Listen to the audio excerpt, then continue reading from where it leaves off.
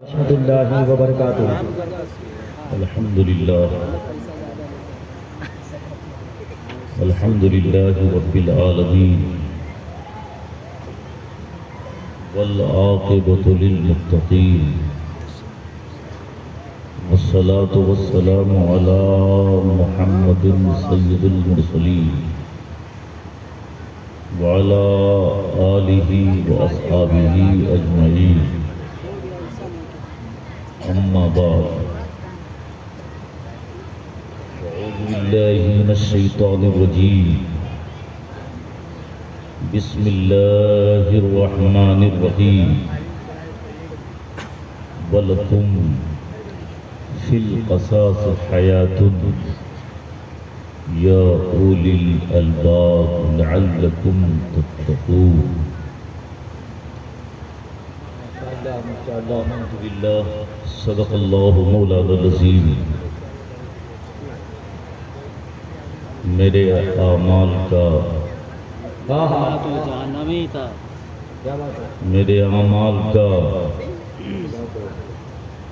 بدلہ تو جہنم ہی تھا، میرے اعمال کا بدلہ تو جہنم ہی تھا، میں تو جاتا میرے سرکار نے جانے نہ دیا۔ سبحان اللہ سبحان اللہ، میں تو جاتا میرے سرکار نے جانے نہ دیا۔ میں تو جاتا میرے سرکار نے جانے نہ دیا۔ ڈر تھا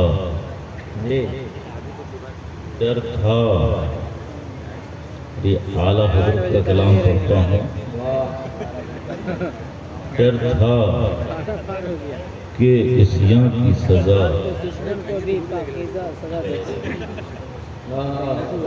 ڈر تھا کہ عصیاں کی سزا اب ہوگی یا روز جزا۔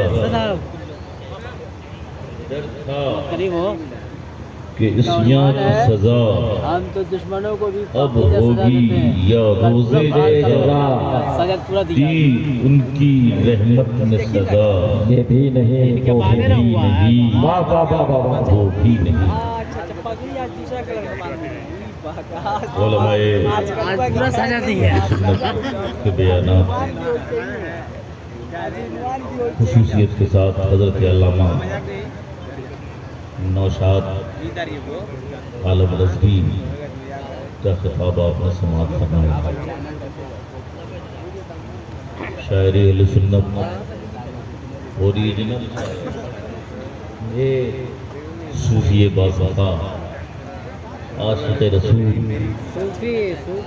جناب شکیل احمد حافظ قاری، حافظ جی جی جی، ماشاء اللہ ماشاء اللہ۔ حافظ قاری شکیل احمد نے بہت ہی زبانہ لب و لہجے میں نبی کی نعت پڑھی ہے۔